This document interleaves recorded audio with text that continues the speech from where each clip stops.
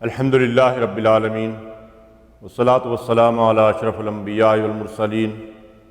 نبینا و حبیبنا محمد وعلی آلہ وصحبہ اجمعین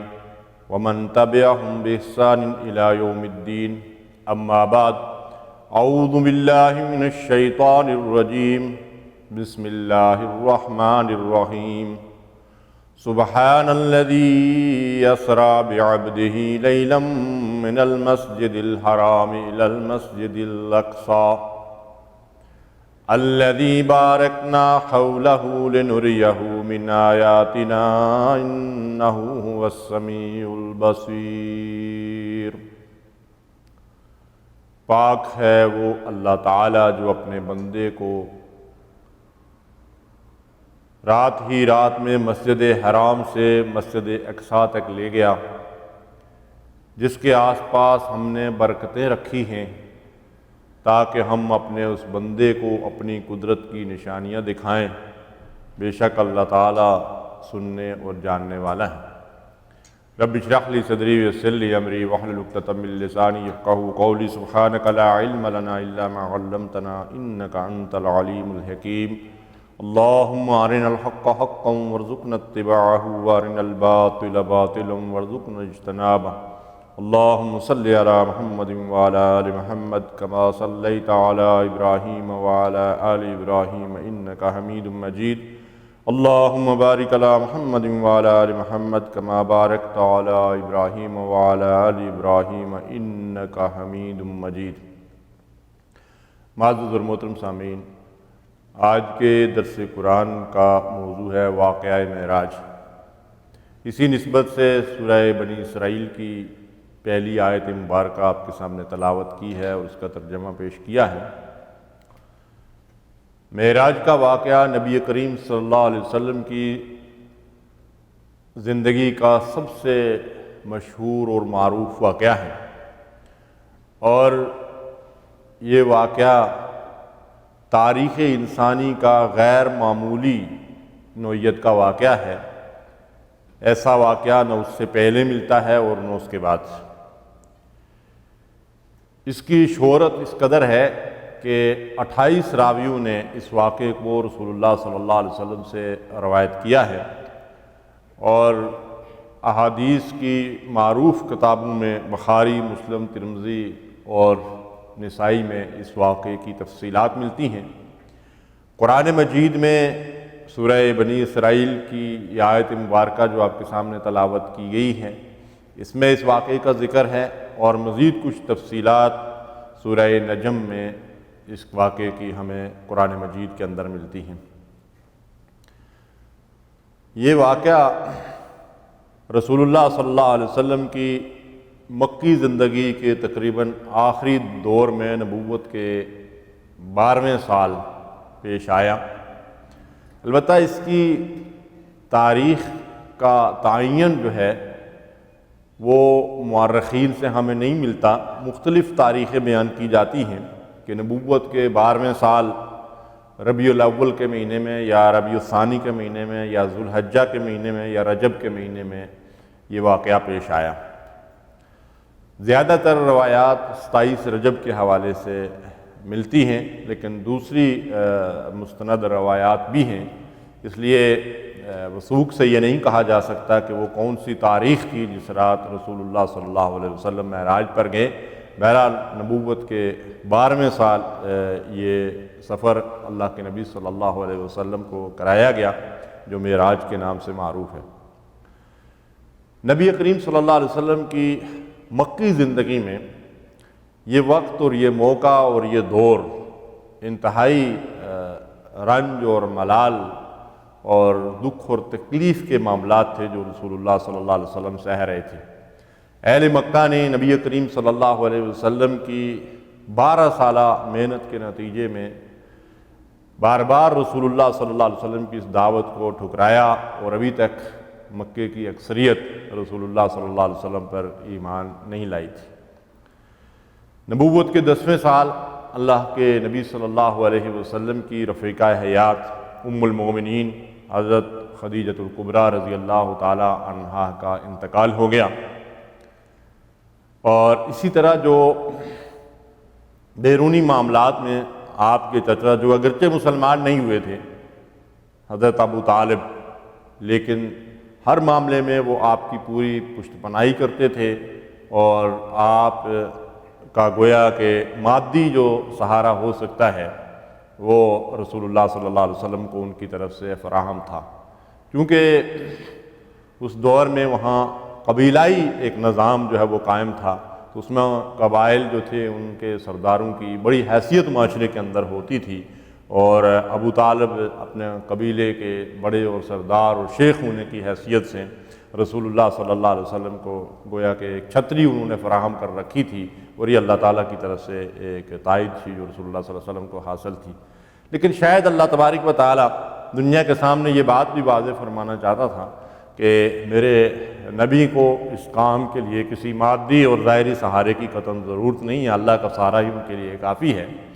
تو جب حضرت خدیجہ رضی اللہ تعالیٰ عنہا کی وفات اور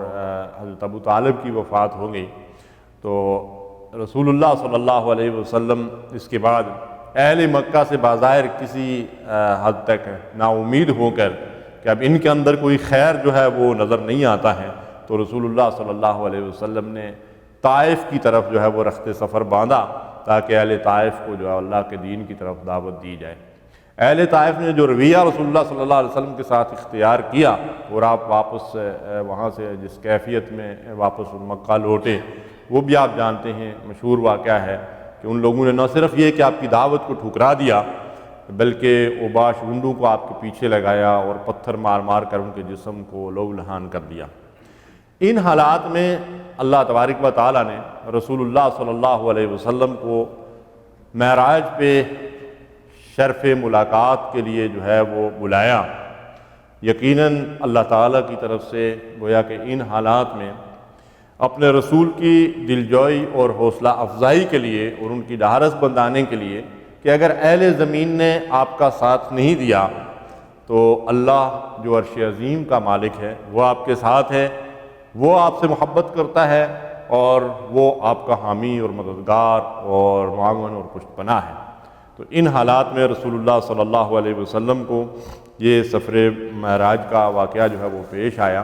جس کے بارے میں اللہ ارشاد فرماتے ہیں کہ سبحان الذی اسرا بعبدہ لیلا من المسجد الحرام الی المسجد الاقصی۔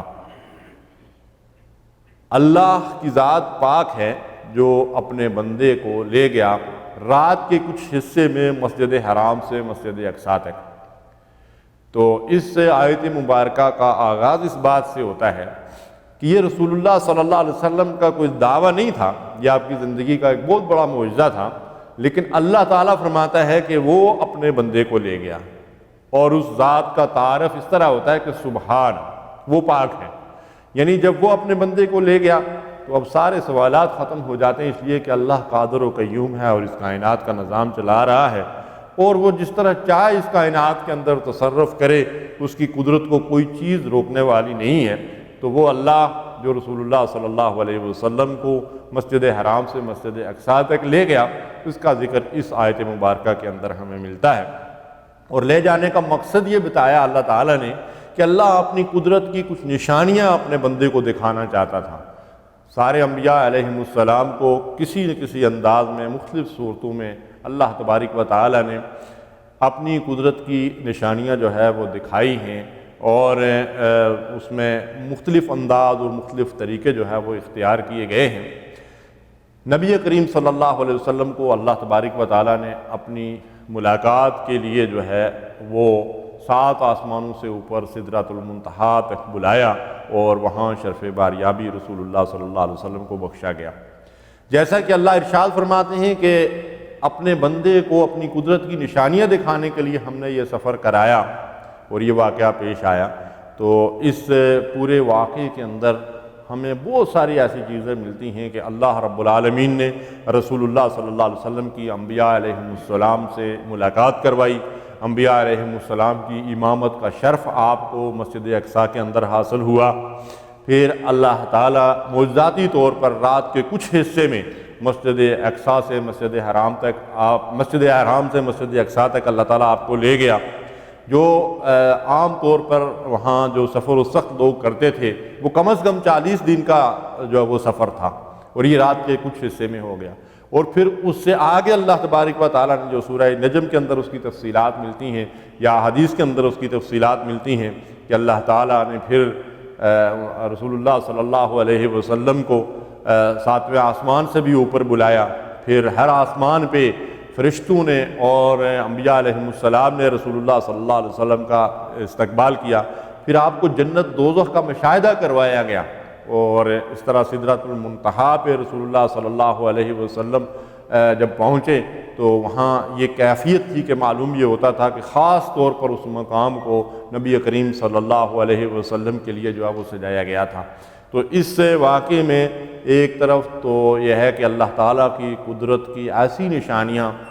جو اس کے علاوہ دوسرے واقعات کے اندر جو ہے وہ نہیں ملتی ہمیں، ان کا اس واقعے کے اندر ہمیں جو ہے وہ ثبوت ملتا ہے۔ اور دوسری چیز یہ کہ جنت دوزخ کا جو مشاہدہ رسول اللہ صلی اللہ علیہ وسلم کو کروایا گیا، اور اس میں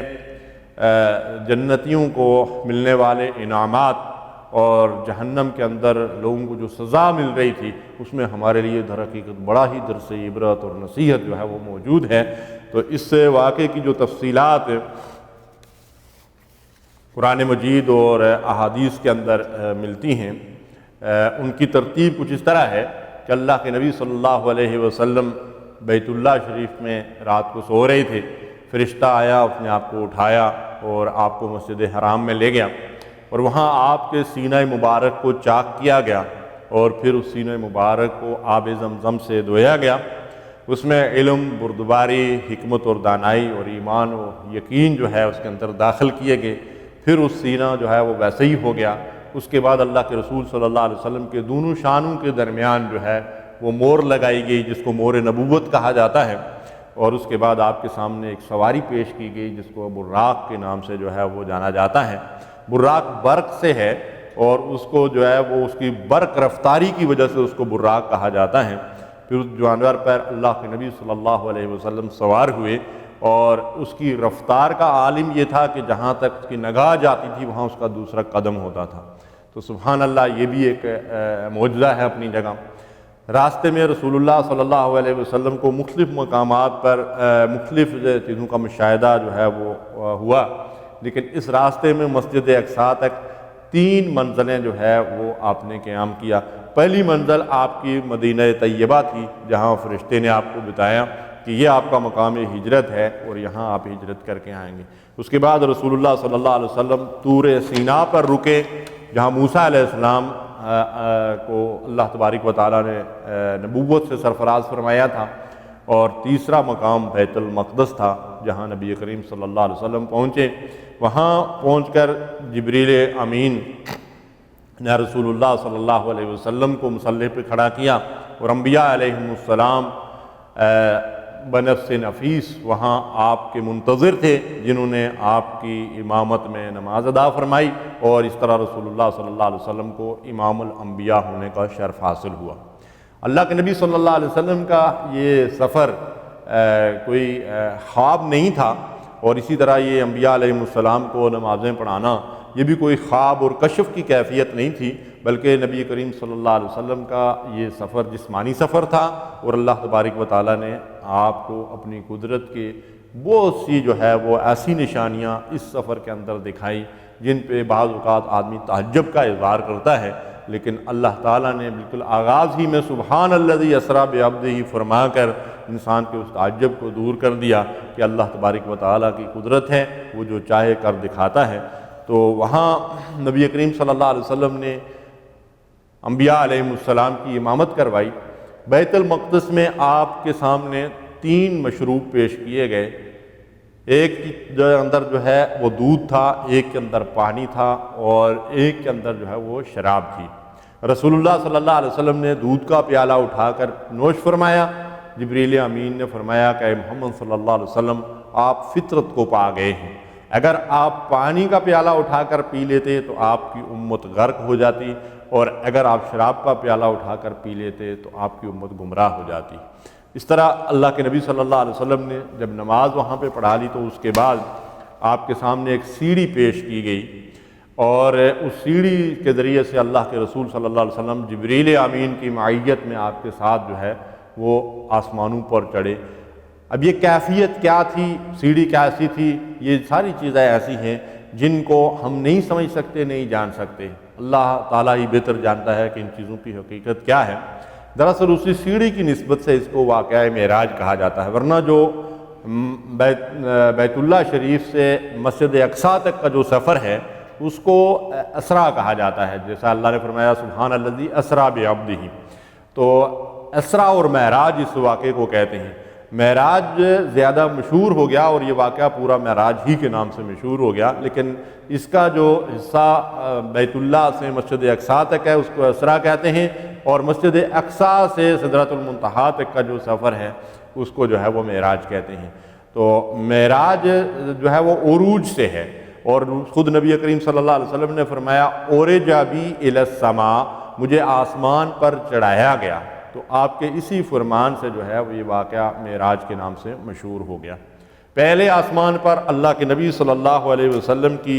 ملاقات سیدنا آدم علیہ السلام سے ہوئی، اور آدم علیہ السلام کو آپ نے اس حال میں دیکھا کہ وہ اپنے دائیں طرف دیکھتے تھے تو خوش ہوتے تھے، اور بائیں طرف دیکھتے تھے تو روتے تھے۔ تو آپ نے جبریل سے عرض کیا کہ یہ کیا معاملہ ہے، تو جبریل علیہ السلام نے فرمایا کہ یہ اپنے دائیں طرف دیکھتے ہیں تو ان کی آل میں سے جو جنتی لوگ ہیں وہ ان کی نگاہ ان پہ پڑتی ہے تو وہ خوش ہوتے ہیں، اور بائیں طرف دیکھتے ہیں تو جہنمیوں پہ ان کی نگاہ پڑتی ہے تو وہ جو ہے وہ روتے ہیں۔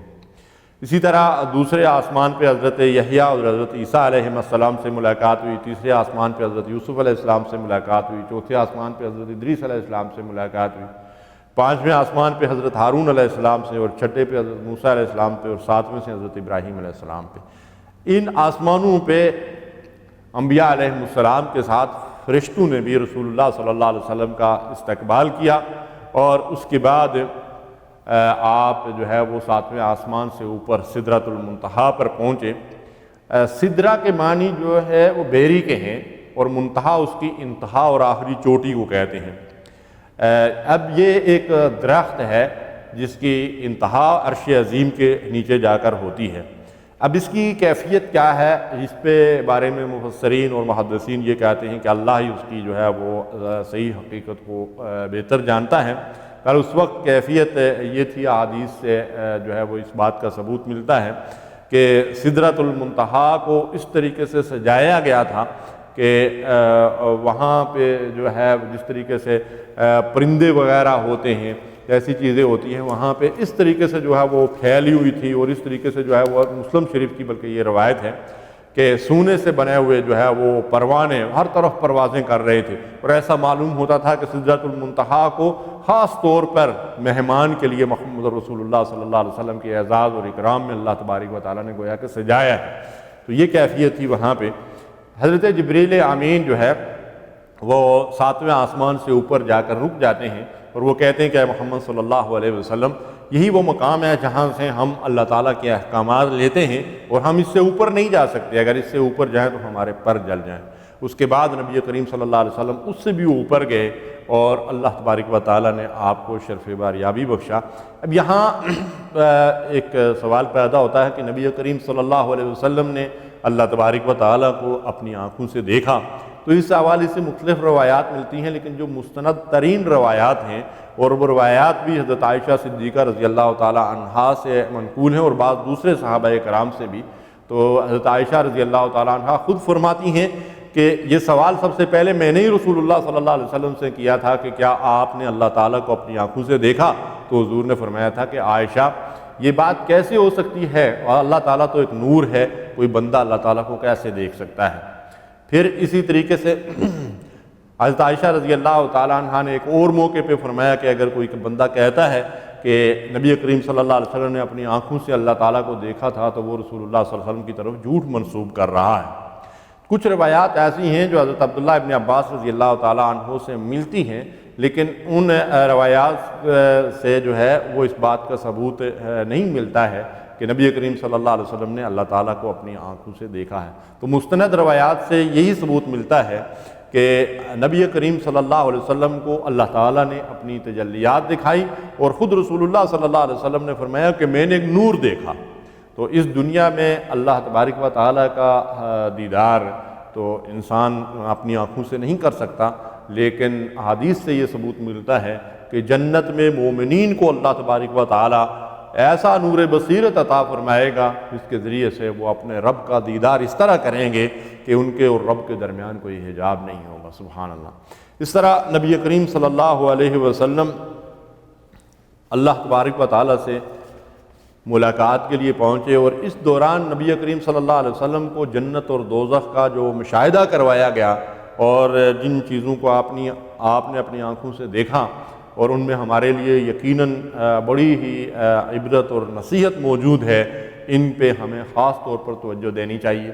ہمارے ہاں عموماً اس واقعہ معراج کو قصے اور کہانی کے طور پر بیان کیا جاتا ہے، اور اس میں جو سبق آموز چیزیں ہیں ان کا تذکرہ بہت کم کیا جاتا ہے، اور اسی طریقے سے اس حوالے سے کچھ بدعات اور خرافات بھی ہم لوگوں نے ایجاد کر دی ہیں، جن کا انشاءاللہ آخر میں آپ کے سامنے میں تذکرہ کروں گا۔ اب رسول کریم صلی اللہ علیہ وسلم نے جن واقعات اور مشاہدات کو اپنی آنکھوں سے دیکھا، ان میں سے چند ایک میں آپ کے سامنے عرض کرنا چاہتا ہوں۔ آپ نے دیکھا کہ کچھ لوگ ہیں کہ جو کھیتی پکی ہوئی ہے اور اس کی فصل کاٹ رہے ہیں، جب وہ کھیت کے آخر تک پہنچتے ہیں تو پیچھے سے کھیتی جو ہے وہ پھر ویسی ہی جو ہے وہ تیار ہو جاتی ہے، فصل پک کر تیار ہو جاتی ہے، پھر آ کر اس کو کاٹنا شروع کرتے ہیں، اور یہی عمل وہ مسلسل دہرا رہے ہیں۔ تو آپ نے جبریل امین سے پوچھا کہ یہ کیا ماجرا ہے، تو آپ کو بتایا گیا ہے کہ یہ مجاہدین ہیں جن کو اللہ تعالیٰ نے اتنا بے حد و حساب اجر دیا ہے کہ ان کا نہ ختم ہونے والا اجر ہے، اور وہ دنیا کے اندر جس طریقے سے اللہ کی راہ میں جد و جہد کرتے تھے، اللہ کے کلمے کو سربلند کرنے کے لیے، غلبہ دین کے لیے جانی اور مالی قربانیاں کرتے تھے، تو اس کے نتیجے میں آخرت میں اللہ تعالیٰ نے ان کے لیے ایسی سدا بار نعمتیں رکھی ہیں کہ جو کبھی ختم نہ ہونے والی ہیں۔ اس کے بعد اللہ کے نبی صلی اللہ علیہ وسلم نے دوزخیوں کی جو سزائیں اپنی آنکھوں سے دیکھی، اس میں آپ نے دیکھا کہ کچھ لوگ ہیں کہ جن کے سر کچلے جا رہے ہیں،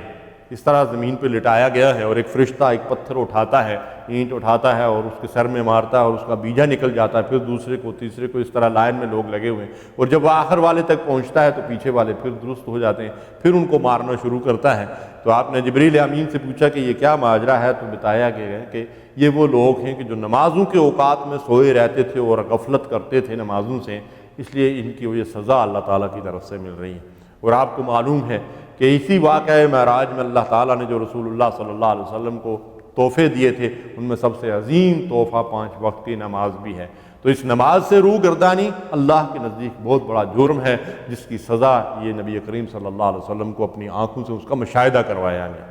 اس کے بعد اللہ کے رسول صلی اللہ علیہ وسلم نے دیکھا کہ کچھ لوگ ہیں جو گھاس کھا رہے ہیں، انسان ہیں اور گھاس کھا رہے ہیں، اور ایک جہنم کے اندر ایک درخت ہے، اس درخت کو اور گرم گرم پتھروں کو جو ہے وہ کھا رہے ہیں۔ تو آپ نے پوچھا کہ یہ کون لوگ ہیں، تو آپ کو بتایا گیا کہ یہ اپنے مالوں کی زکوٰۃ ادا نہیں کرتے تھے، اللہ کی راہ میں مال صدقہ خیرات نہیں کرتے تھے، اور بالخصوص جو فرض زکوٰۃ تھی وہ ادا نہیں کرتے تھے، تو یہ ان کی سزا ہے۔ آپ نے ایک احمق شخص کو دیکھا کہ جو لکڑیوں کا گٹھا جو ہے وہ باندھ کر اٹھا رہا ہے، اب وہ اس گٹھے کو اٹھا نہیں پاتا تو وہ اس کے اندر اور لکڑیاں ڈال رہا ہے، اور پھر اس کو اٹھانے کی کوشش کرتا ہے، جب نہیں اٹھا سکتا تو پھر اس کے اندر اور لکڑیاں ڈال رہا۔ تو آپ نے جبریل سے پوچھا کہ یہ کیا ماجرا ہے، تو جبریل نے بتایا کہ یہ وہ شخص ہے جس کے اوپر امانتوں کا کچھ بار ہے، اور یہ ان امانتوں کا حق ادا نہیں کر رہا ہے، ان کے اندر بھی بددیانتی اور خیانتیں کر رہا ہے، لیکن مزید امانتوں کا بار اپنے کندھوں پہ لاد رہا ہے۔ میں حدیث مبارکہ پڑھتے ہوئے میں یہ سوچ رہا تھا کہ شاید یہ آج کے دور کے جو حکمران ہیں، جو اقتدار اور اختیار کے پیچھے دوڑنے کی کوشش کرتے ہیں، جو کرسیوں کے پیچھے دوڑتے ہیں، اور پھر جو امانتیں قوم کی اور ملک کی اور اللہ اور رسول کی ان کے حوالے کی جاتی ہیں، ان کے اندر بددیانتیاں اور خیانتیں کرتے ہیں، اور پھر جب موقع آتا تو پھر دوڑ دوڑ کر ان امانتوں کا بار اٹھانے کے لیے آگے بڑھتے ہیں، لیکن ان کا حق ادا نہیں کرتے بلکہ بددیانتیاں اور خیانتیں کرتے ہیں۔ تو یہ منظر ہے جو رسول اللہ صلی اللہ علیہ وسلم کو وہاں ایسے لوگوں کا دکھایا گیا۔ اس طرح کچھ لوگوں کو آپ نے دیکھا کہ ان کے پاس جو ہے وہ آگ کی کینچیاں ہیں، اور ان سے اپنے اونٹوں کو اور زبانوں کو کاٹ رہے ہیں۔ تو آپ نے جبریل سے پوچھا کہ یہ کیا ماجرا ہے، جبریل نے بتایا ہے کہ یہ غیر ذمہ دار قسم کے واعظین اور مقررین ہیں، گویا کہ یہ وہ علماء اور خطباء ہیں جو دوسروں کو جو ہے وہ بلائی اور نیکی اور خیر کی طرف بلاتے تھے لیکن خود اس کے اوپر عمل نہیں کرتے تھے۔ تو ان کے اندر قول و فعل کا جو تضاد تھا اس کی وجہ سے آج یہ اپنے اونٹ اور زبانیں جو ہیں وہ آگ کی کینچیوں سے کاٹ رہے ہیں۔ اس طرح آپ نے دیکھا کہ ایک چٹان ہے، پتھر ہے، اور اس سے ایک چھوٹا سا شگاف ہے اور اس کے اندر سے ایک بہت بڑا بیل جو ہے وہ نمودار ہوتا ہے، اور نکلنے کے بعد پھر اس کے اندر سوراخ کے اندر گھسنے کی کوشش کرتا ہے تو وہ اس کے اندر گھس نہیں سکتا، اس لیے کہ بیل بہت بڑا اور چھوٹا سا شگاف ہے۔ اب آپ نے جبریل سے پوچھا کہ یہ کیا ماجرا ہے، تو آپ کو بتایا گیا کہ ایک شخص ہے جس نے اپنی زبان سے ایک بات نکال دی اور وہ بات غلط تھی، کسی پہ تہمت تھی، کوئی افواہ تھی، کوئی فتنے کی بات تھی، کوئی جھوٹ تھا، تو اس کی زبان سے وہ بات نکلنے سے ایک بہت بڑا فتنہ برپا ہو گیا۔ اب جو اس فتنے کا ازالہ کرنے کی کوشش کر رہا ہے لیکن نہیں کر سکتا۔ اس سے ہمیں کتنی بڑی یہ ہے کہ عبرت اور نصیحت حاصل ہوتی ہے کہ کبھی بغیر سوچے سمجھے کوئی بات زبان سے نہیں نکالنا چاہیے۔ اللہ کے نبی صلی اللہ علیہ وسلم فرماتے ہیں کہ کسی آدمی کے جھوٹا ہونے کے لیے اتنی بات کافی ہے کہ وہ سنی سنائی بات آگے پھیلاتا پھرے، اور کئی دفعہ ایسا ہوتا ہے کہ ہم سنی سنائی بات آگے دوسروں کے کہنے کے بعد پچھتاتے ہیں کہ جی وہ بات تو غلط تھی، ہم نے اس کی کوئی تحقیق اور تفتیش نہیں کی۔ اسی طریقے سے بعض لوگ جو ہے وہ افواہوں کو پھیلا دیتے ہیں، بعض کسی کے اوپر تہمت لگاتے ہیں اور اس سے اتنا بڑا فتنہ برپا ہوتا ہے کہ اس کی وجہ سے جو ہے وہ بعض اوقات قتل و غارت گری ہو جاتی ہے۔ تو آپ کو یہ دکھایا گیا کہ یہ منہ دیکھیں بالکل چھوٹا سا ہے، وہ جو چھوٹا سا شگاف دکھایا گیا ہے، اس کے اندر سے زبان آدمی کھولتا ہے، ایک بات کر لیتا ہے لیکن اس سے کتنے فتنے برپا ہو جاتے ہیں۔ تو اللہ کے نبی صلی اللہ علیہ وسلم کے ان ارشادات سے ہمیں یہ رہنمائی ملتی ہے کہ ہمیں اپنی زندگی میں گناہوں سے اپنے آپ کو بچانا چاہیے۔ زبان کی حفاظت کا ویسے بھی بڑا اہم معاملہ ہے کہ اللہ کے رسول صلی اللہ علیہ وسلم نے فرمایا کہ اگر تم مجھے زبان اور شرمگاہ کی حفاظت کی ضمانت دو تو میں تمہیں جنت کی ضمانت دیتا ہوں۔ تو اس زبان کی حفاظت نہ کرنے کی وجہ سے کتنے بڑے فتنے رونما ہوتے ہیں، جس کی کتنی سنگین سزا انسان کو آخرت میں جو ہے وہ بھگتنی پڑے گی۔ اس طرح نبی کریم صلی اللہ علیہ وسلم نے ایک منظر یہ دیکھا کہ کچھ خواتین ہیں، عورتیں ہیں جو چھاتیوں کے بل جو ہے ان کو لٹکایا گیا ہے۔ تو آپ نے جبریل سے پوچھا کہ یہ کیا معاملہ ہے، تو بتایا یہ گیا کہ یہ وہ خواتین ہیں جو شادی شدہ تھیں لیکن انہوں نے حرام کے بچے جنے اور ان کو اپنے شوہروں کے سر موڑ دیا، اور وہ ان کے اندر ان کی جو ہے وہ جائیداد اور وراثت کے اندر حصہ دار بنے، جبکہ وہ ان کے بچے نہیں تھے بلکہ انہوں نے زنا کیا اور اس سے جو ہے وہ ان کے ہاں جو ہے ولادت ہوئی۔ تو یہ ان کی سزا ہے۔ اس طرح آپ نے دیکھا کہ کچھ لوگ ہیں جو اپنا ہی گوشت نوچ نوچ کر کھا رہے ہیں۔ تو جبریل سے آپ نے پوچھا کہ یہ کیا ماجرا ہے، تو بتایا گیا کہ یہ لوگوں کو تانے دینے والے لوگ تھے۔ ہم اس سے پہلے کئی دروس کے اندر یہ بات سن چکے ہیں کہ اللہ تعالیٰ نے دوسروں کو تانا دینے سے سختی سے منع فرمایا اور جو ہے اس کو حرام قرار دیا ہے، کسی کو عیب لگانا، کسی کو تانا دینا۔ اس طرح آپ نے دیکھا کہ کچھ لوگ ہیں جو آگ کھا رہے ہیں اور ان کے اونٹ جو ہیں وہ اونٹوں کی طرح بڑے بڑے جو ہے وہ اونٹیں ان کے لٹک رہے ہیں۔ تو ان کے بارے میں بتایا گیا کہ یہ یتیموں کا مال کھانے والے ناجائز طریقوں سے، اور قرآن مجید اس بات کی وضاحت کرتا ہے کہ یتیم کا مال کھانے والے اپنے پیٹ میں آگ بھر رہے ہیں۔ تو دیکھیے کس قدر جو ہے وہ خوفناک مناظر ہیں جو ہمارے سامنے آ رہے ہیں، جن کا مشاہدہ نبی کریم صلی اللہ علیہ وسلم کو کرایا گیا۔ آپ نے کچھ لوگوں کو دیکھا کہ ان کے پیٹ اس قدر بڑے ہوئے ہیں جیسے وہ بڑے بڑے تاندور بلکہ بڑے بڑے گار ہوتے ہیں، اس طرح گوروندے ہیں بڑے بڑے ان کے پیٹ۔ اور بعض روایات سے تو یہ بھی پتہ چلتا ہے کہ آپ کو کسی موقع پہ ایسے لوگ بھی دکھائے گئے کہ جن کے پیٹ بڑے بڑے تھے اور ان کے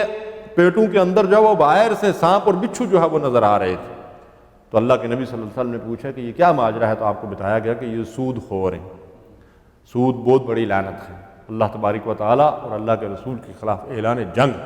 اللہ نے اس شخص کے خلاف اعلان جنگ کیا ہے۔ قرآن مجید کے اندر اتنی شدید وعید کسی اور جرم کے لیے جو ہے وہ استعمال نہیں ہوئی ہے۔ تو اللہ فرماتا ہے کہ جو لوگ سود کھانا کھلانا نہیں چھوڑتے ہیں، اللہ اور رسول کا ان کے خلاف اعلان جنگ ہے۔ تو یہ بہت بڑا گناہ ہے جس کی سزا اس صورت میں جو ہے نبی کریم صلی اللہ علیہ وسلم کو دکھائی گئی۔ ایک اور منظر جو رسول اللہ صلی اللہ علیہ وسلم کو دکھایا گیا کہ کچھ مرد اور عورتیں ہیں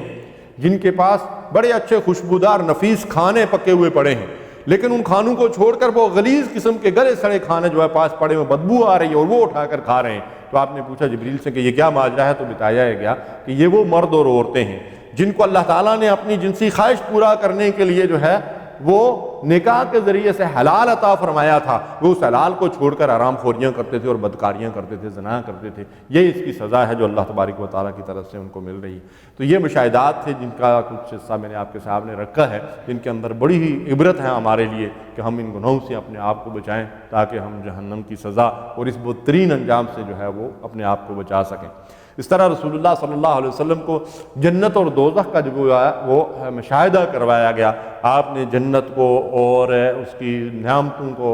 اور اس جنت کے بالا خانوں کو اور اس کی دیگر چیزوں کو اپنی آنکھوں سے دیکھا، اور اس کے بعد جہنم کا آپ کو مشاہدہ کروایا گیا کہ آپ نے خود اس خواہش کا اظہار کیا۔ تو جب آپ نے جہنم کو دیکھا تو اس کے اندر فرشتے تھے بہت ہی ترش مزاج قسم کے اور تند خو قسم کے، اور جیسا کہ قرآن مجید کے اندر آتا ہے علیہا ملائکۃ غلاظ شداد،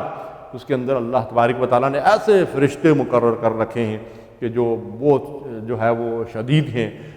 اور جو ہے وہ ان کی شکلیں بھی اس قدر ہیں کہ دیکھتے ہی گویا کہ انسان کی جو ہے وہ جان نکل جائے، پھر وہ کسی کے اوپر جو ہے وہ ان کو رحم نہیں آتا۔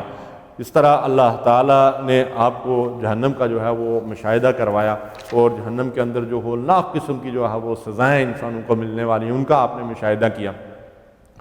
رسول اللہ صلی اللہ علیہ وسلم کو معراج کے اس سفر میں اللہ تعالیٰ کی طرف سے جو انعامات اور جو تحفے دیے گئے اس کے بارے میں نے آپ سے عرض کیا کہ جو سب سے بڑا تحفہ ہے وہ 5 وقت کی نماز ہے، جو 50 تھی، اور آپ کی بار بار درخواست پہ اللہ تبارک و تعالیٰ نے باقی نمازوں کو معاف کر کے 5 نمازیں اس امت پہ جو ہے وہ فرض فرمائی۔ جتنی عبادات ہیں، جتنے فرائض ہیں، جتنے احکامات ہیں، سب کے سب جبریل علیہ السلام کے ذریعے سے اللہ تعالیٰ نے وحی کے ذریعے سے رسول اللہ صلی اللہ علیہ وسلم کو ان کا حکم دیا۔ لیکن نماز ایک ایسی عبادت ہے جس کی فرضیت کا حکم اللہ کے رسول صلی اللہ علیہ وسلم کو معراج کے موقع پر، جیسے کوئی اگر بڑا آدمی کسی سے جو ہے وہ خصوصی ملاقات کرتا ہے تو کوئی خاص تحفہ جو ہے وہ اسے دیتا ہے، اس موقع پہ اللہ تعالیٰ نے اپنے حبیب علیہ الصلوۃ والسلام کو اپنی امت کے لیے یہ تحفہ دیا، جس کے ذریعے سے بندہ روزانہ 5 وقت اللہ تعالیٰ سے، اپنے رب سے، اپنے آقا اور اپنے مالک سے جو ہے وہ ملاقات کا شرف حاصل کرتا ہے۔ اس کے بعد اللہ کے نبی صلی اللہ علیہ وسلم کو سورہ بقرہ کی آخری 2 آیات بھی اس موقع پر دی گئیں، جن کی بڑی فضیلت اور اہمیت ہے۔ آمن الرسول بما انزل الیہ من ربہ سے آخر تک ان 2 آیات کو ہمیں چاہیے کہ یاد کریں، زبانی ہمیشہ ان کو پڑھیں، اور رات کو سونے سے پہلے ان کو پڑھیں، اور ان آیات کے ذریعے سے اللہ تعالیٰ سے ہم ہمیشہ دعا کریں کہ ان کے ذریعے سے دعا جو ہے وہ قبول ہوتی ہے۔ ابن عباس رضی اللہ تعالیٰ عنہ سے ایک روایت ملتی ہے کہ نبی صلی اللہ علیہ وسلم جبرائیل علیہ السلام کے ساتھ تھے، اور جبرائیل علیہ السلام کو اوپر سے ایک آواز آئی تو آپ نے نگاہ آسمانوں کی طرف اٹھائی، اور اس کے بعد رسول اللہ صلی اللہ علیہ وسلم سے مخاطب ہو کر فرمایا کہ اے محمد رسول اللہ صلی اللہ علیہ وسلم، یہ ایک فرشتہ ہے جو آسمانوں سے نیچے کی طرف اترا ہے، اور یہ پہلی مرتبہ یہ فرشتہ آسمانوں سے نیچے کی طرف اترا ہے، اور یہ آپ کے لیے 2 نور لے کر آیا ہے، ایک نور سورہ فاتحہ ہے اور دوسرا نور جو ہے سورہ بقرہ کی آخری 2 آیات ہے۔ جو بندہ ان کے ذریعے سے اللہ سے کوئی سوال کرے گا، کچھ مانگے گا، اللہ تعالیٰ اسے عطا فرمائیں گے، اور دوسری روایت ہے کہ جو بندہ ان کو پڑھے گا وہ اس کو ہر چیز کے لیے، اس کی ہر ضرورت کے لیے، اس کی ہر مصلحت کے لیے یہ آیات اس کو کفایت کریں گی، سورہ فاتحہ اور سورہ بقرہ کی آخری 2 آیات۔ تو یہ نبی کریم صلی اللہ علیہ وسلم کو خاص طور پر امت کے لیے تحفے عطا فرمائے گے۔ اور اس کے بعد اللہ کے رسول صلی اللہ علیہ وسلم جب معراج سے واپس لوٹے، واپس بیت المقدس آپ پہنچے تو انبیاء علیہ السلام آپ کے منتظر تھے، آپ نے پھر ان کو نماز پڑھائی اور ان کی امامت کی، اور وہاں سے پھر براق پر سوار ہو کر رسول اللہ صلی اللہ علیہ وسلم پھر واپس جو ہے وہ مکہ لوٹے۔ اللہ کے نبی صلی اللہ علیہ وسلم کو راستے میں بھی سفر کے دوران مختلف جو ہے قدرت نے اپنی نشانیاں جو ہے وہ دکھائیں۔ جو نماز رسول اللہ صلی اللہ علیہ وسلم نے وہاں پڑھائیں، ان کے بارے میں بعض روایات سے یہ پتہ چلتا ہے کہ پہلی نماز عشاء کی نماز تھی اور دوسری نماز فجر کی نماز تھی۔ اب یہ رات کے حصے میں کیسے یہ سارے معاملات جو ہے وہ ہو گئے، جیسا میں نے آپ سے عرض کیا کہ انسانی عقل ان چیزوں کی کوئی توجیہ جو ہے وہ پیش نہیں کر سکتی۔ ہمارا اس بات پہ ایمان اور یقین ہے کہ اللہ تبارک و تعالیٰ اس بات کی قدرت کاملہ رکھتا ہے کہ وہ جس طرح سے بھی چاہے چند لمحات کے اندر بڑے بڑے واقعات جو ہے وہ رونما ہو سکتے ہیں۔ وقت ٹھہر گیا ہو، رات کو جو ہے مطلب یہ ہے کہ اللہ تعالیٰ کے اذن سے جو ہے وقت رک گیا ہو، کیا ہوا وہ کیسے یہ واقعہ ہوا ہو، لیکن ہمارا اس بات پہ ایمان ہے کہ اللہ نے رسول اللہ صلی اللہ علیہ وسلم کو یہ سفر جسمانی حالت میں کروایا اور اپنی قدرت کی نشانیاں جو ہے وہ رسول اللہ صلی اللہ علیہ وسلم کو دکھائی۔ اللہ کے نبی صلی اللہ علیہ وسلم جب واپس مکہ لوٹے تو سب سے پہلے آپ نے اپنے اس واقعہ کو اپنی چچا زاد بہن ام ہانی رضی اللہ تعالی عنہا کے ساتھ ذکر کیا۔ تو انہوں نے صبح کے وقت رسول اللہ صلی اللہ علیہ وسلم کو گھر سے باہر نکلتے ہوئے آپ کا دامن پکڑ لیا اور آپ سے فرمایا کہ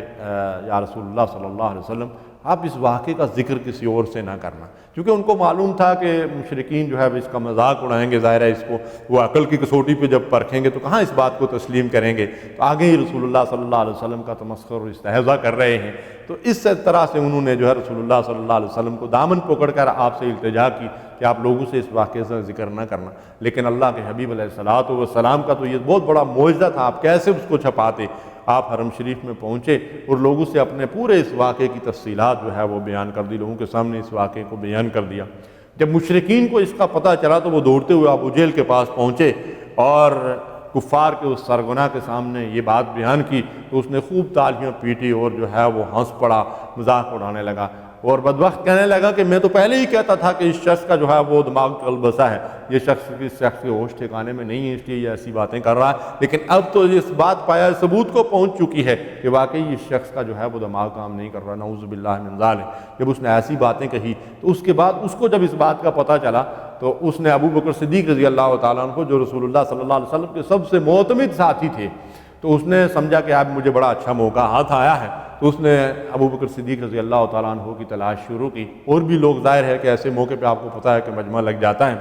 تو اکٹھے ہو گئے، ابو بکر صدیق رضی اللہ تعالیٰ عنہ کے پاس پہنچے۔ ابھی ان کی ملاقات رسول اللہ صلی اللہ علیہ وسلم کے ساتھ نہیں ہوئی تھی، تو ان لوگوں نے کہا ابو بکر صدیق رضی اللہ تعالیٰ عنہ سے کہ تمہارے ساتھی جو ہیں وہ تو آج ایسی ایسی باتیں کر رہے ہیں۔ تو انہوں نے پوچھا کہ کیا یہ نبی کریم صلی اللہ علیہ وسلم نے ایسا فرمایا ہے؟ تو لوگوں نے کہا ہاں وہ ایسا فرما رہے ہیں۔ تو ابو بکر صدیق رضی اللہ تعالیٰ عنہ نے اس موقع پہ ان لوگوں کے اعتراضات کا جواب یہ دیا تھا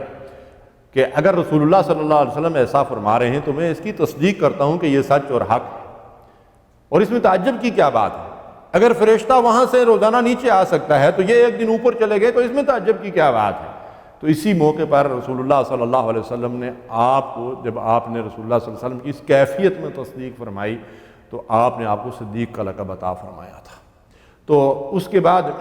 اللہ کے نبی صلی اللہ علیہ وسلم کو، جیسا کہ ہوتا ہے معاملہ، لوگوں نے گھیر لیا اور آپ سے بہت سارے سوالات کرنے شروع کر دیے۔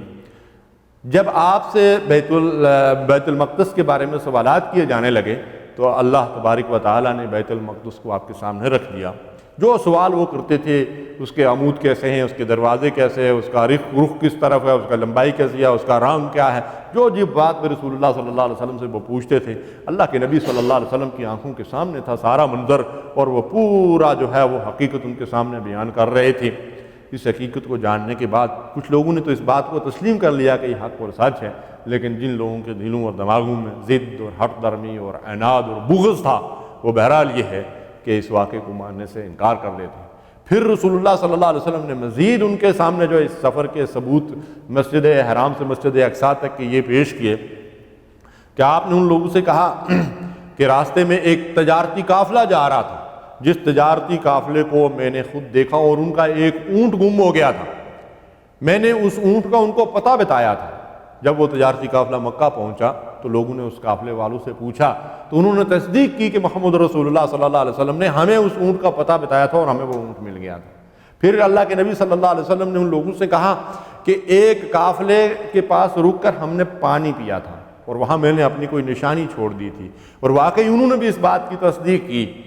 کہ یہاں سے پانی پیا تھا ان لوگوں نے، اور انہوں نے اپنی نشانی اور علامت جو ہے وہ وہاں پہ یہ فلاں چیز جو ہے وہ چھوڑی تھی۔ لیکن اس کے باوجود بھی، جیسا میں نے آپ سے عرض کیا کہ جن لوگوں کے دلوں کے اندر، دماغوں کے اندر ٹیڑھ اور کجی ہوتی ہے، جیسے اللہ فرماتا ہے فَلَمَّا زَاغُوا أَزَاغَ اللَّهُ قُلُوبَهُمْ، جب ان کے جو ہے وہ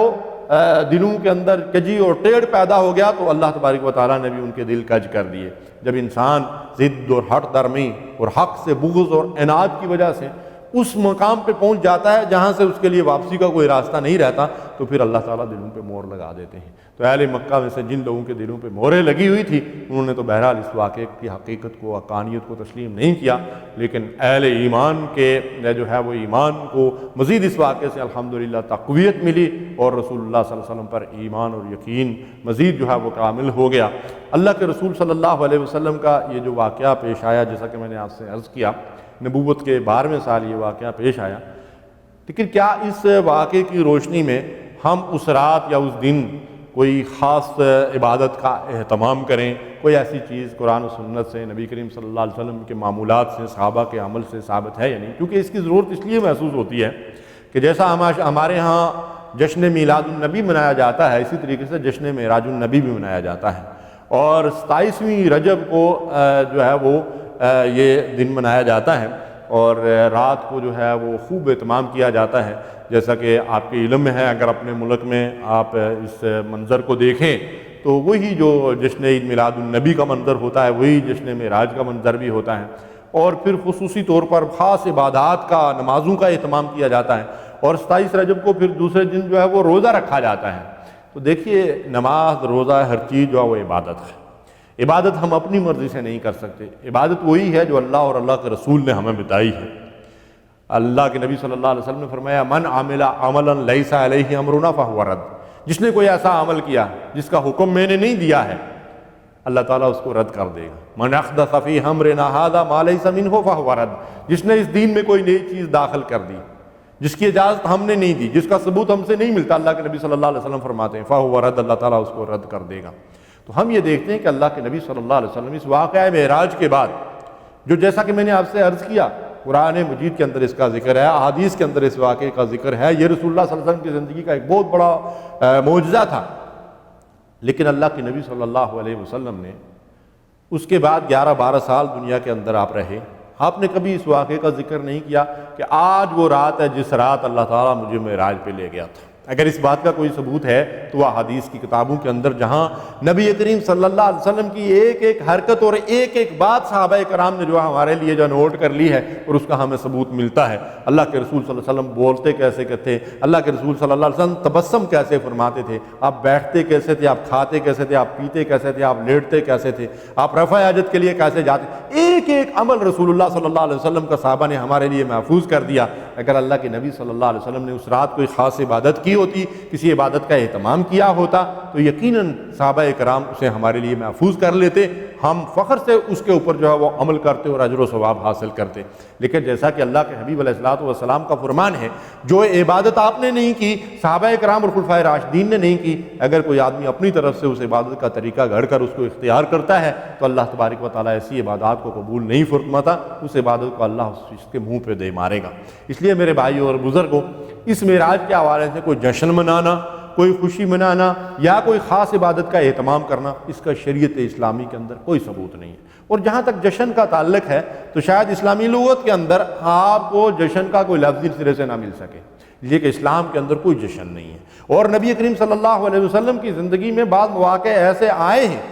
کہ انسان یہ سمجھتا ہے کہ اگر جشن منایا جا سکتا تھا تو اس موقع مثلا فتح مکہ کا دن جو ہے وہ میرے خیال میں سب سے بڑا جشن کا دن ہونا چاہیے تھا۔ غزوہ تبوک سے جب رسول اللہ صلی اللہ علیہ وسلم فاتحانہ واپس لوٹے تو بہت بڑا جشن مدینے کے اندر لوگوں کو منانا چاہیے تھا۔ بدر میں جب مسلمانوں کو فتح نصیب ہوئی تو بڑا جشن منانا چاہیے تھا، لیکن جشن تو بہت دور کی بات ہے، وہاں تو اللہ کے حبیب علیہ الصلوۃ والسلام اللہ کے حضور سجدہ ریز ہیں، گڑ گڑا رہے ہیں، رو رہے ہیں، اللہ تبارک و تعالیٰ سے دعائیں مانگ رہے ہیں کہ اللہ ہمارے عمل کو قبول فرما دے۔ مکہ فتح ہوتا ہے، آپ صلی اللہ علیہ وسلم اپنی اونٹنی پہ سوار ہیں، بیت اللہ کی طرف جا رہے ہیں، اور اونٹنی کے اوپر جو ہے رسول اللہ صلی اللہ علیہ وسلم سجدے کی حالت میں اللہ سے استغفار پڑھتے ہوئے جیسا کہ اللہ نے حکم دیا تھا بیت اللہ شریف کے اندر داخل ہوئے ہیں۔ اس لیے یہ جو جشن مشن منانے کے معاملات ہیں ان کا اسلام سے کوئی تعلق نہیں ہے، یہ وہ بدعات اور خرافات ہیں جو لوگوں نے جو ہے وہ اسلام کے اندر داخل کر لی ہیں۔ اسلام جیسے نفیس دین کے اندر ان چیزوں کی کوئی گنجائش نہیں ہے۔ میرے بھائی اور بزرگوں، نبی کریم صلی اللہ علیہ وسلم سے محبت کے داموں کے ساتھ یہ عمل کیے جاتے ہیں، اور بدقسمتی کی بات یہ ہے کہ جشن میلاد النبی ہو یا جشن معراج النبی ہو یا عرس اور میلے ہوں، وہاں رسول اللہ صلی اللہ علیہ وسلم کو معراج کے موقع پر جو تحفہ دیا گیا نمازوں کا، ان نمازوں کی اس قدر بے حرمتی ہوتی ہے۔ کل ایک صاحب سے بات ہو رہی تھی، کہنے لگے ایک جگہ عرس پہ گیا ہوا تھا تو وہاں ظہر کی نماز کا وقت ہو گیا، لیکن حضرت صاحب جو ہے وہ تقریریں کیے جا رہے ہیں اور 2:45 بج گئے اور ظہر کی نماز جو ہے وہ ادا نہیں ہو رہی ہے۔ پھر لوگوں نے اعتراضات کیے اس پہ، لیکن تقریریں پھر بھی جاری رہیں اور کچھ لوگوں نے الگ سے جو ہے وہ نمازیں پڑھ لی۔ تو میں نے ان سے پوچھا کہ کیا وہ سارے لوگ نماز پڑھنے والے نہیں تھے؟ تو کہنے لگے یار عرس پہ جانے والے سارے لوگ نمازی ہوتے ہیں۔ وہ تو مطلب یہ ہے کہ اپنے اپنے مطلب کے لیے کوئی کسی مقصد کے لیے وہاں جاتا ہے، کوئی کسی مقصد کے لیے جاتا ہے۔ تو جو لوگ نماز پڑھنے والے تھے انہوں نے نمازیں پڑھی، اور نمازوں کے دوران بھی تقریریں چلتی رہیں۔ معلوم نہیں ان تقریریں کرنے والوں نے وہ 3 بجے پڑھی ہوگی یا کتنے بجے پڑھی ہوگی۔ اور کئی دفعہ ایسا ہوا، میں خود ان چیزوں کا عینی شاہد ہوں کہ ایسے مواقع پہ جو ہے ہم نے 2:45 بجے جو ہے وہ جمعہ کی نماز ادا کی ہے۔ تو میرے بھائی اور بزرگ، جس نماز کا وقت 1 بجے ہو تو اس میں مطلب یہ ہے کہ اس طریقے سے اس نماز کو جو ہے وہ وقت ٹال کر جو ہے وہ ادا کیا جائے، جبکہ اللہ کے نبی صلی اللہ علیہ وسلم نے کس قدر نماز کو وقت پر پڑھنے کی جو ہے وہ تاکید کی ہے۔ رسول اللہ صلی اللہ علیہ وسلم کا آخری وقت ہے، آپ کو پتہ ہے کہ کسی بھی انسان کی آخری وصیت کی کیا حیثیت ہوتی ہے، اور وہ وصیت بھی پھر محمد رسول اللہ صلی اللہ علیہ وسلم کی امت کے لیے وصیت ہو۔ آپ کے اونٹ مبارک ہل رہے ہیں، صحابہ کان لگا کر سن رہے ہیں کہ اللہ کے نبی صلی اللہ علیہ وسلم کیا فرما رہے ہیں۔ آخری وقت ہے، یقیناً کوئی قیمتی بات ہوگی۔ اللہ کے حبیب علیہ الصلوۃ والسلام کی زبان مبارک سے جو کلمات ادا ہو رہے ہیں وہ کیا ہیں؟ الصلاۃ وما ملکت ایمانکم، 2 چیزوں کا آپ ذکر فرما رہے ہیں، نماز اور وہ جو تمہارے زیر دست ہیں۔ دیکھیے، ایک طرف اللہ کے حق بندگی اور غلامی نماز کا ذکر ہو رہا ہے کہ آخری پیغام آپ نے امت کے لیے یہ دیا کہ اللہ کے اس حق کو ضائع نہ کرنا، نماز کو۔ اور دوسری بات ارشاد فرمائی کہ جو تمہارے زیر دست ہیں، جو تمہاری خواتین ہیں، جو تمہارے غلام اور لونڈیاں ہیں، جو تمہارے نوکر اور تمہارے زیر دست ہیں، غریب مسکین فقیر لوگ، ان کے حقوق ضائع نہ کرو۔ اس قدر اللہ کے رسول صلی اللہ علیہ وسلم کو اس نماز کا احساس تھا، اور کمزور لوگوں کا احساس تھا کہ آپ نے آخری وصیت بھی یہی فرمائی، اور معراج کا تحفہ بھی یہی ہے۔ آپ نے فرمایا کہ الصلاۃ معراج المومنین، رسول اللہ صلی اللہ علیہ وسلم کو معراج کے موقع پر وہ تحفہ دیا گیا نماز کا کہ 5 وقت کی نماز کے ذریعے سے ایک بندہ مومن جو ہے وہ معراج پہ پہنچ سکتا ہے۔ کون سی معراج؟ انسانیت کے لیے، ایک انسان کے لیے جو سب سے بلند مرتبہ ہو سکتا ہے، اس مرتبے کو اگر کوئی انسان حاصل کرنا چاہتا ہے تو نماز کے ذریعے سے حاصل کرے گا۔ جیسا کہ ایک شخص رسول اللہ صلی اللہ علیہ وسلم سے کی خدمت کیا کرتے تھے رات کے وقت، وہ آپ کو پانی دیا کرتے تھے وضو کے لیے۔ تو ایک دن رسول اللہ صلی اللہ علیہ وسلم نے ان سے پوچھا کہ آپ کیا چاہتے ہیں؟ تو انہوں نے کہا کہ یا رسول اللہ صلی اللہ علیہ وسلم، جنت میں آپ کی معیت، اللہ تعالیٰ مجھے جنت میں آپ کا ساتھ نصیب کرے۔ تو آپ نے کیا ارشاد فرمایا تھا کہ تمہاری جو خواہش ہے وہ کیسے پوری ہو سکتی ہے؟ فرمایا کثرت سجود سے میری مدد کرو، جو تم خوب سجدے کیا کرو۔ یعنی صرف فرض نمازیں ادا کرنا مقصد نہیں تھا، فرض نمازوں کے علاوہ بھی نوافل کا اہتمام کرو، زیادہ سے زیادہ رکوع اور سجود کر کے اپنے رب کو راضی کرو۔ میں اپنے رب سے تمہارے لیے دعا کروں گا، تجھے میری قربت حاصل ہوگی جنت میں اس عمل کے ذریعے سے۔ تو یہ نماز ہے جو بندہ مومن کی معراج ہے۔ تو میرے بھائیوں اور بزرگوں، اس واقعے سے ہمیں جو درس ملتا ہے، جو عبرت ہمیں حاصل ہوتی ہے، جو نصیحت ہمیں حاصل ہوتی ہے، وہ یہ ہے کہ ہم قرآن و سنت کا اتباع کریں، شرک اور بدعات اور خرافات سے نجات حاصل کریں، 5 وقت پابندی کے ساتھ باجماعت نماز ادا کریں، اور زنا، شراب، غیبت اور چغلی، طعنے دینا، حرام خوری، جھوٹ، قول و فعل کا تضاد، سود خوری، بخل اور کنجوسی، بددیانتی، فتنوں اور فساد جیسے کبیرہ گناہوں سے اپنے آپ کو بچائیں۔ اللہ کے نبی صلی اللہ علیہ وسلم کا فرمان ہے، کل امتی یدخلون الجنت الا من ابا، میرے سارے امتی جنت میں جائیں گے سوائے اس کے جو انکار کر دے۔ قیل ومن یابا، اے نبی صلی اللہ علیہ وسلم کون ہے جو انکار کرنے والا ہے؟ قال من اطاعنی دخل الجنہ، فرمایا جو میری اطاعت کرے گا وہ جنت میں جائے گا۔ ومن عصانی فقد ابا، اور جو میری نافرمانی کرے گا وہ جنت میں جانے سے انکار کرنے والا ہے۔ اللہ رب العالمین سے دعا ہے کہ ہمیں رسول اللہ صلی اللہ علیہ وسلم کے اتباع اور اطاعت و فرمانبرداری میں زندگی بسر کرنے کی توفیق دے، اور اپنی بندگی اور غلامی اور اطاعت و فرمانبرداری میں ہمارا خاتمہ فرمائے۔ وآخر دعوانا ان الحمد للہ رب العالمین، وصلی اللہ علی نبینا محمد وعلی آلہ وصحبہ اجمعین۔